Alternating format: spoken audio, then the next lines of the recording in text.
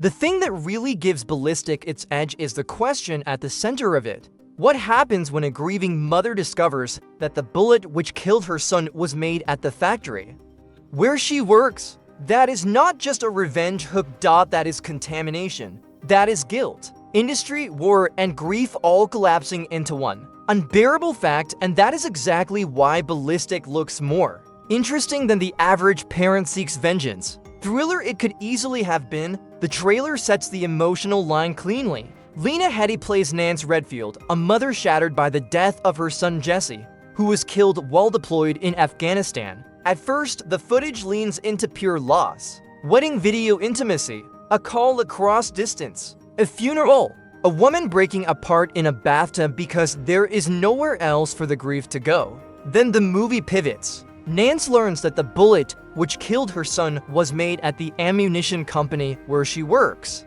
And suddenly the film stops being about mourning in the abstract and becomes about proximity to violence. Not someone out there killed my son, something far uglier. Part of the machine that killed my son was right here beside me. That is a very strong setup because it gives the revenge story a systemic angle. A lot of thrillers in this lane operate on a simple equation. Personal loss leads to personal retaliation. Somebody took someone from me, so I go after the someone. Ballistic seems to be trying something slightly more corrosive. Nance is not just hunting an individual. She is digging into a chain of responsibility. She wants to know who pulled the trigger, yes, but also how the weapon got there, why the bullet got there, and what kind of structure keeps profiting while pretending innocence. That adds moral texture to material that could otherwise become routine very fast. And Lena Headey is exactly the right kind of actor for that material, because Headey has never been interesting just because she can look tough. Plenty of actors can do that. What makes her effective is that she can make Fury feel intelligent. Even when a character is spiraling, there is usually calculation behind the eyes. That is what made Cersei Lannister so watchable even at her most monstrous.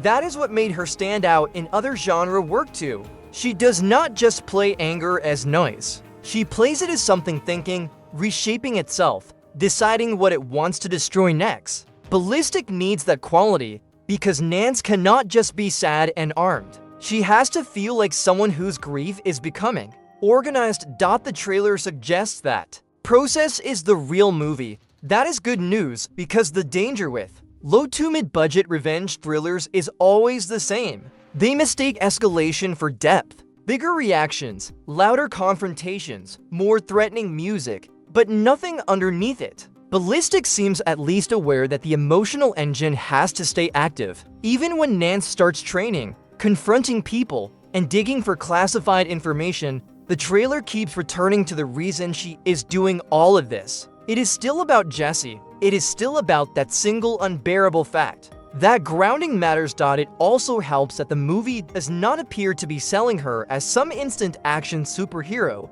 That would have been the wrong move. The footage makes her look angry, determined, and increasingly reckless, but not magically transformed into a one-woman tactical unit overnight. She looks like someone trying to weaponize pain before it swallows her whole.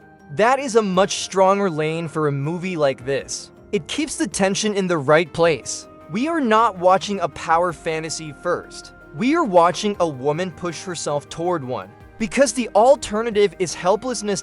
And helplessness is clearly what this movie is trying to attack. The supporting cast also gives the film more texture than a simple solo revenge track would. Hamza Hack, Amy Bith McNulty, Jordan Cronus, Amanda Brugel, and Enrico Colantoni all show up in the credits, which suggests there is a broader network of people orbiting Nance's search. Whether as obstacles, clues, allies, or fragments of the institutional wall she keeps hitting. That matters because this premise works better the more it feels like a maze instead of a straight line. If the movie can keep widening the moral and logistical terrain around Nance, then it becomes more than just follow the grief, find the villain, pull the trigger. There is also something about the scale of the movie that I think may help it.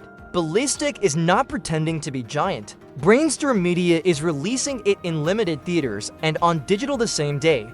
April 17, 2026, that release strategy tells you this is not being positioned as a major theatrical event. It is being aimed at thriller audiences who want a strong hook, a recognizable lead, and the promise of a dark little revenge spiral they can get into immediately. Sometimes that honesty is an advantage. The movie does not have to carry the weight of blockbuster expectation. It just has to hit its mark. And honestly, movies like this can work very well when they know exactly what they are. The trailer also has the right kind of ugliness for this story. Not ugliness in the sense of looking cheap, but ugliness in the sense of moral rot. The whole thing has a bruised, industrial feel to it. Factories, ballistics reports, army recruitment centers, quiet rooms where people say less than they know. This is not a slick assassin film. It feels more like a revenge procedural, where every answer only makes the original wound more intolerable.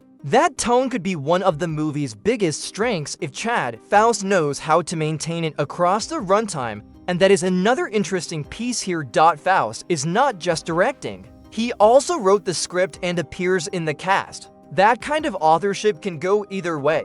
Sometimes it makes a genre movie feel more unified. Sometimes it makes it feel over-controlled. But in a project like this, there is at least some reason to hope the emotional premise and the thriller mechanics are being pulled from the same source instead of stitched together by committee.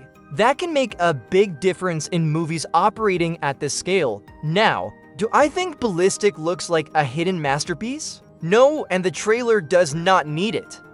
There is still a version of this movie that ends up being a respectable but forgettable revenge drama, with one excellent hook and not quite enough escalation to capitalize on it. That possibility is real. The footage is not screaming radical invention. It is not trying to reinvent the revenge thriller. But that may not be the point. The point may simply be to take one really corrosive premise and let a very strong actor burn through it. If that is what Ballistic does, that might be enough.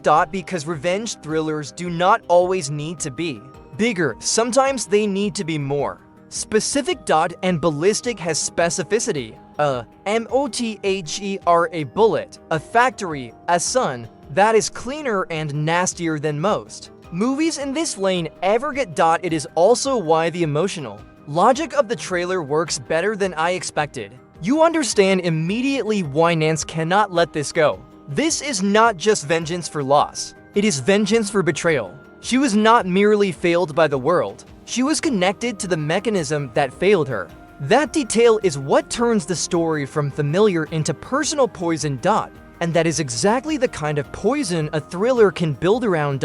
So where do I land on Ballistic? I think it looks like a smartly scaled revenge thriller with a much stronger central premise than its modest packaging might initially suggest. Lena Headey feels like the right lead. The systemic angle gives the story more bite. The release strategy fits the kind of movie this seems to be.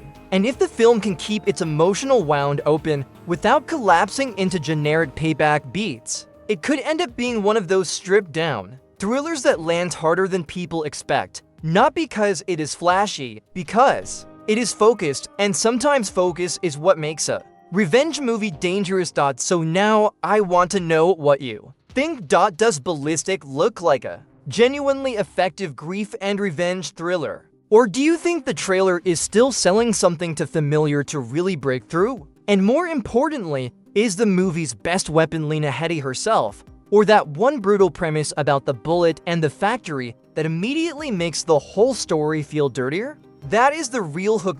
And April 17th is coming fast. I'll see you in the next one.